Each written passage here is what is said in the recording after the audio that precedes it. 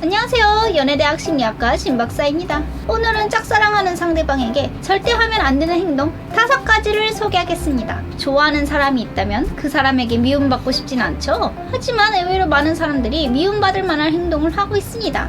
좋아할 줄 알고 했던 행동이 사실은 미움받을 만한 행동인 경우가 많아요. 그래서 오늘 소개하는 5가지를 확인하고 짝사랑 상대와 좋은 관계를 만들어 보세요. 짝사랑 상대에게 하면 안 되는 행동 첫 번째, 애인인 척 하는 것입니다. 이것은 애인도 아니면서 애인인 것처럼 행동하는 것을 말합니다.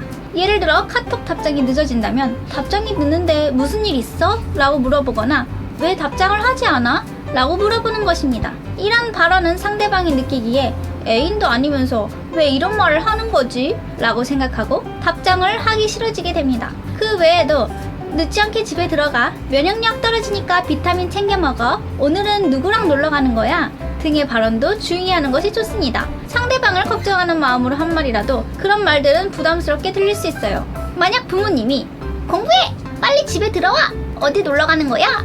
등 계속 물어본다면 하나하나 왜 자꾸 물어보는 거야? 라는 생각이 들지 않으신가요? 물론 부모님은 자녀를 위해서 여러 가지 조언이나 말을 해줍니다. 자녀의 미래를 위해서, 위험한 일에 휩쓸리지 않기 위해서 등 걱정하는 마음으로 여러 가지 말을 해줍니다. 하지만 듣는 사람 입장에서는 항상 걱정해줘서 고마워 라고 생각하는 것이 쉽지는 않아요. 이것과 같이 애인도 아닌 사람이 여러 가지 조언을 해주고 애인인 것처럼 걱정을 해주는 것은 귀찮다는 느낌을 줄 수 있습니다. 그래서 짝사랑하는 상대에게 연락을 하기 전이나 말을 하기 전에는 이거 애인인 것처럼 느껴지는 것은 아닐까? 라고 스스로에게 질문을 해보세요. 조심하지 않으면 상대방을 위해 한 것들이 전부 무의미해질 수 있으니 주의해주세요. 짝사랑 상대에게 하면 안 되는 행동 두 번째, 인터넷 스토커입니다. 이것은 인터넷으로 집착하는 것입니다. 이건 많은 사람들이 자신도 모르게 하는 행동인데 어떤 것들이 있는지 몇 가지 소개할게요. 먼저 SNS를 항상 보고 있다고 티내는 것입니다.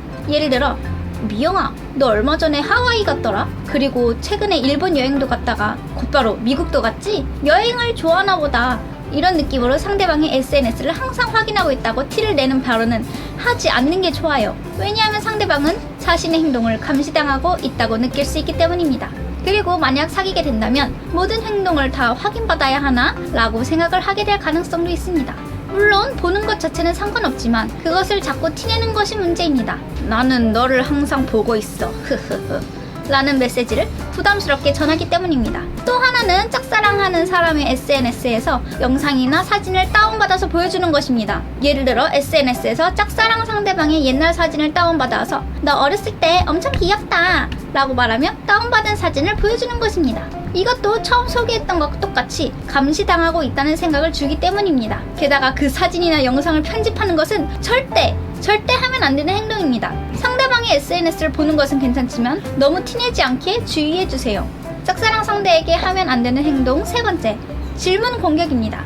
이것은 상대방에게 질문을 계속하는 것입니다. 예를 들어 취미는? 좋아하는 음식은?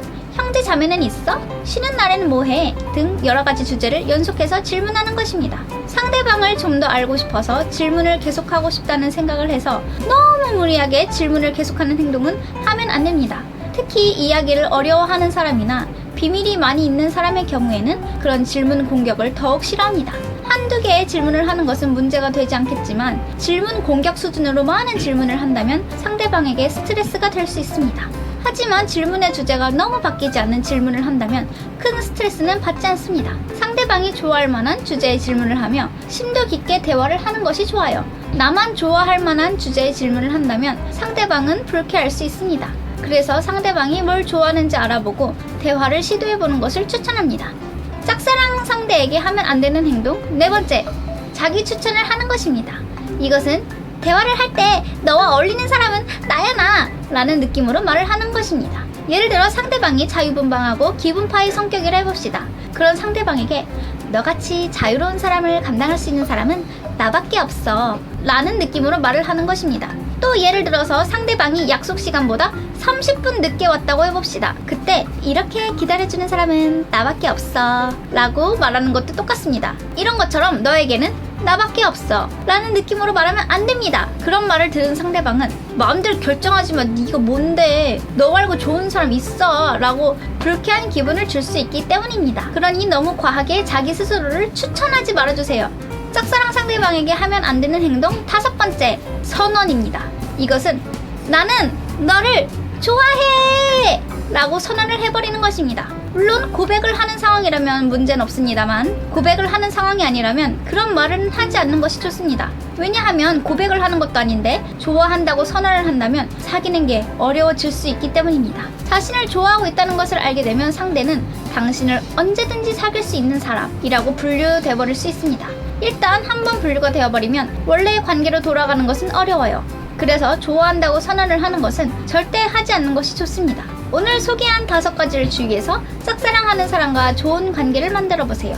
오늘 영상이 재밌었다면 구독과 좋아요 부탁합니다. 다음 영상에서 다시 만나요.